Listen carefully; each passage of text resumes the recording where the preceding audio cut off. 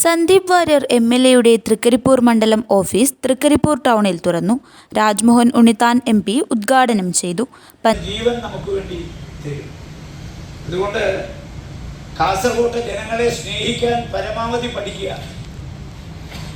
നമുക്കറിയാം, ഈ ഉമ്മൻചാണ്ടിയാണ് കാസർഗോഡിന്റെ വികസനത്തെക്കുറിച്ച് ആദ്യമായി ഒരു കമ്മിറ്റി വെച്ചത്.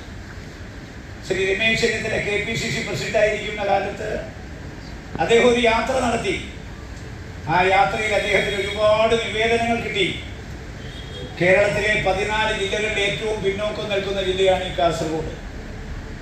രമേശ് ചെന്നിത്തല എന്ന KPCC പ്രസിഡന്റ് ആ നിവേദനങ്ങളെല്ലാം കൂടി ക്രോഡീകരിച്ച് അന്നത്തെ കേരള മുഖ്യമന്ത്രിക്ക് ഒരു നിവേദനം കൊടുത്തു. ഈ കാസർഗോഡിന്റെ പിന്നോക്കാവസ്ഥ മാറ്റിയെടുക്കണം എന്ന്.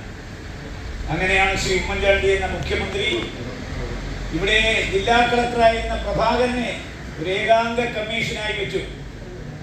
ആ ഏകാംഗ കമ്മീഷൻ ഒരു റിപ്പോർട്ട് മുഖ്യമന്ത്രി കൊടുത്തു. ആ മുഖ്യമന്ത്രിക്ക് കൊടുത്ത റിപ്പോർട്ടിന്റെ അടിസ്ഥാനത്തിലാണ് കാസർഗോഡ് പാക്കേജ് എന്ന് പറയുന്ന KDP ഇവിടെ വന്നത്. കാസർഗോഡിന് വേണ്ടി മാത്രമുള്ള ഒരു പാക്കേജാണ് KDP. ആ റിപ്പോർട്ട് എന്താ പറഞ്ഞത്? കാസർഗോഡിന്റെ സമഗ്രമായ വികസനം പുരോഗതി വേണമെങ്കിൽ 11,168.66 കോടി രൂപ ചെലവാക്കണം. പഞ്ചായത്ത് ടൗൺ ഹാളിൽ നടന്ന ഉദ്ഘാടന ചടങ്ങിൽ സന്ദീപ് വാര്യർ MLA അധ്യക്ഷത വഹിച്ചു. തൃക്കരിപ്പൂർ ബസ് സ്റ്റാൻഡിലെ പഞ്ചായത്ത് കോംപ്ലക്സിലാണ് MLA ഓഫീസ് പ്രവർത്തിക്കുന്നത്.